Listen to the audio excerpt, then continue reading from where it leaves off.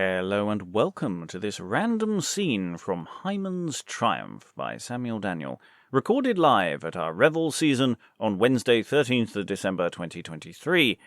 It's a two-hander of love, with the lovelorn Thirsis prompted by Palaemon to speak of his troubles, with Keith Hill as Thirsis and Valentina Vinci as Palaemon. A scene from Hymen's Triumph by Samuel Daniel.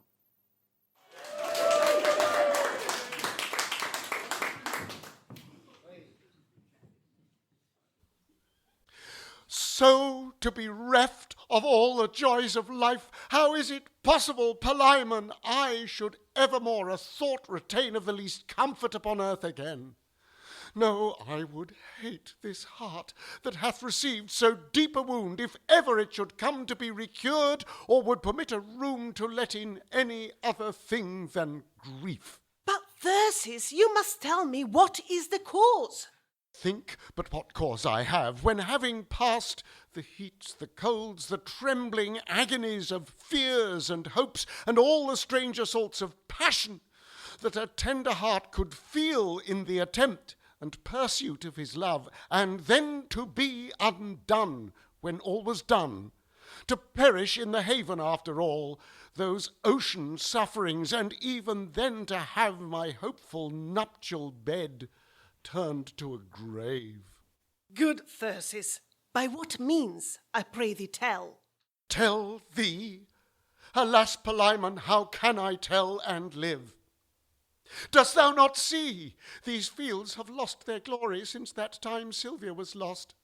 Sylvia that only decked, that only made Arcadia shine. Sylvia who was our woe the while so miserably rent from off the world, so rapt away as that no sign of her, no peace was left to tell us by what means, save only this poor remnant of her veil, all torn, and this dear lock of her rent hair, which holy relics here I keep with me, the sad memorials of her dismal fate, who sure devoured was upon the shore by ravenous beasts, as she was walking there, alone, it seems, perhaps in seeking me, or else retired to meditate apart the story of our loves and heavy smart.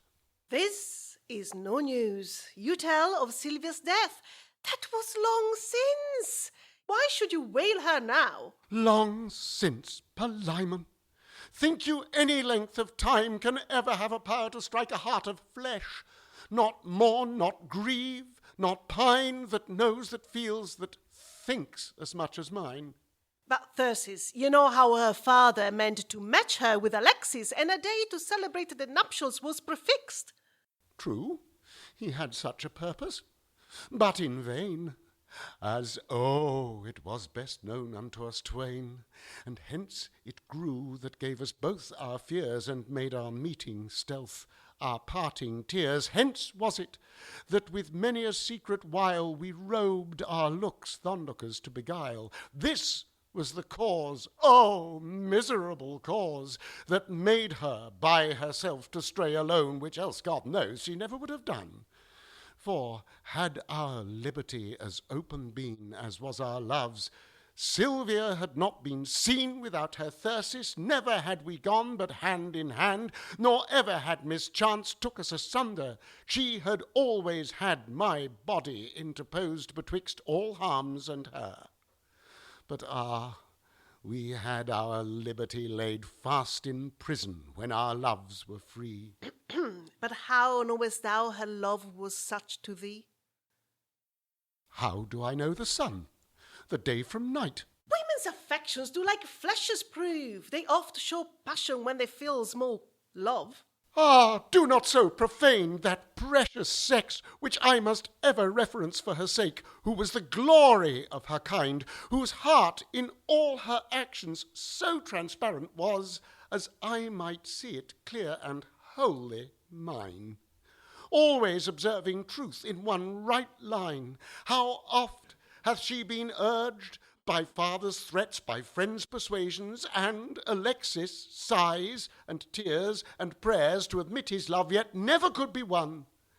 How oft have I beheld the bravest herdsman of these plains, as what brave herdsman was there in the plains of all Arcadia that had not his heart warmed with her beams, to seek to win her love? Ah, I remember well, and how can I but evermore remember well when first our flame began, when scarce we knew what was the flame we felt, when as we sat and sighed and looked upon each other, and conceived not what we ailed, yet something we did ail, and yet were well, and yet we were not well, and what was our disease we could not tell.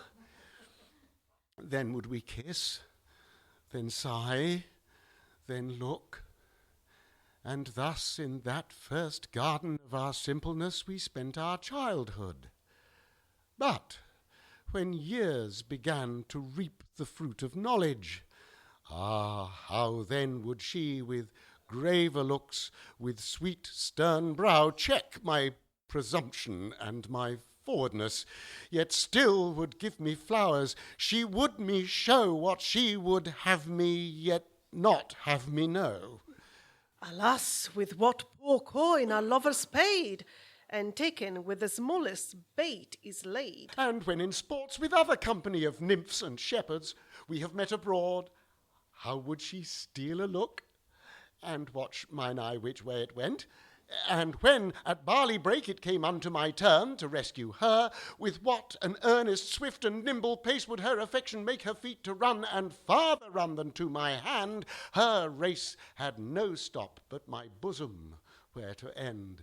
And when we were to break again, how late and loath her trembling hand would part with mine, and with how slow a pace would she set forth to meet the encountering party who contends to attain her, scarce affording him her fingers' ends. Fie, Thirsis! With what fond remembrances dost thou these idle passions entertain?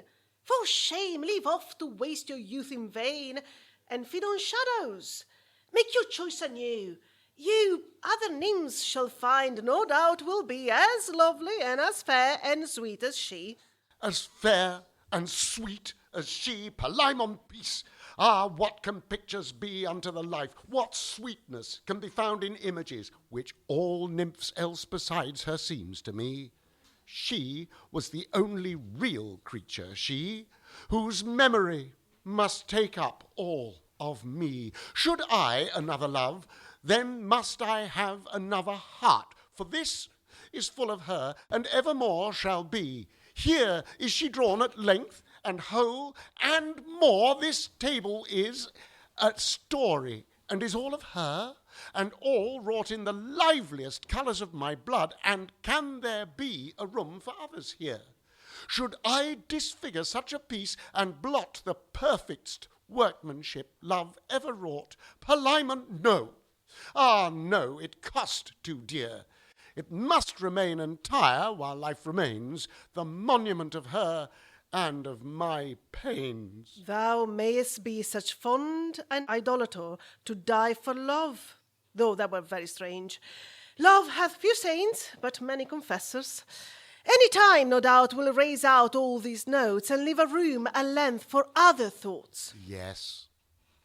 When there is no spring, no tree, no grove in all Arcadia to record our love, and tell me where we were the time we were, how we did meet together, what we said, where we did joy, and where we sat dismayed, and then may I forget her, not before.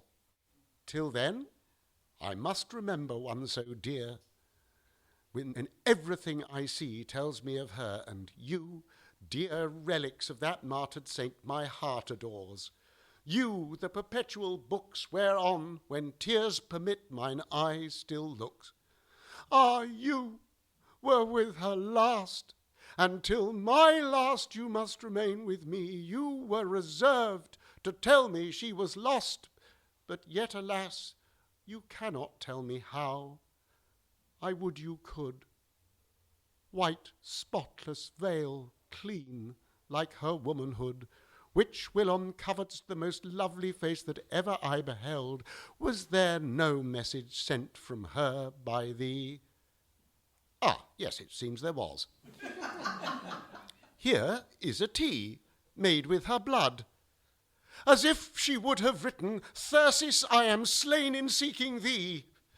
Sure, so it should have been, and so I read it, and shall ever so, and thou, sweet remnant of her fairest hair that ever waved with wind, ah, thee I found when her I hoped to find, wrapped in a round, like to an O, the character of woe, as if to say, oh, Thirsis, I die thine.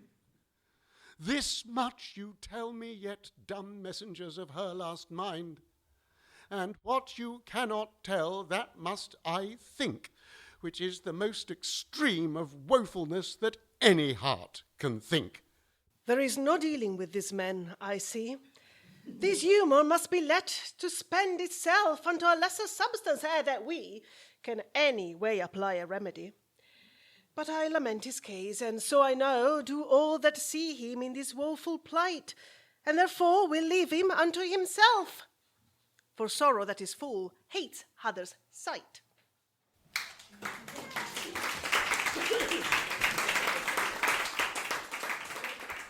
And scene. If you'd like to delve more into the play, at the time of recording we have exploring session read-throughs, and maybe more in the future. We have also exploring sessions on all the plays of Samuel Daniel, and a full cast audio adaptation of his play, The Tragedy of Cleopatra. Links in the show description. If you'd like to hear more from this play, become a patron and lobby for a production. We follow our patrons' lead, and you can vote once a year for more work on any play. But we are infinitely bribable. Support our work at patreon.com/Beyond Shakespeare, or you can throw us a one-off bonus at ko-fi.com/Beyond Shakespeare. Goodbye.